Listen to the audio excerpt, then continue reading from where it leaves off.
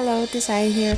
The Corsair Vengeance RGB Pro is one of the most well-received DDR4 memory kits in the DRAM segment. Priced under $800, it offers wide compatibility for Intel or AMD systems. Has great performance combined with good design, lifetime warranty, and multi-zone RGB lighting. This model is the 16GB 3200MHz CL16 kit. It is covered with this smooth anodized aluminum heat spreader for improved thermal conductivity and cooling. XMP 2.0 is supported, and my system was able to detect the specified frequency and timings after one restart. Other modules are also available if you need bigger memory size, faster frequencies, or tighter timings. If you are planning to build a white theme PC, Corsair also offers this memory kit in white.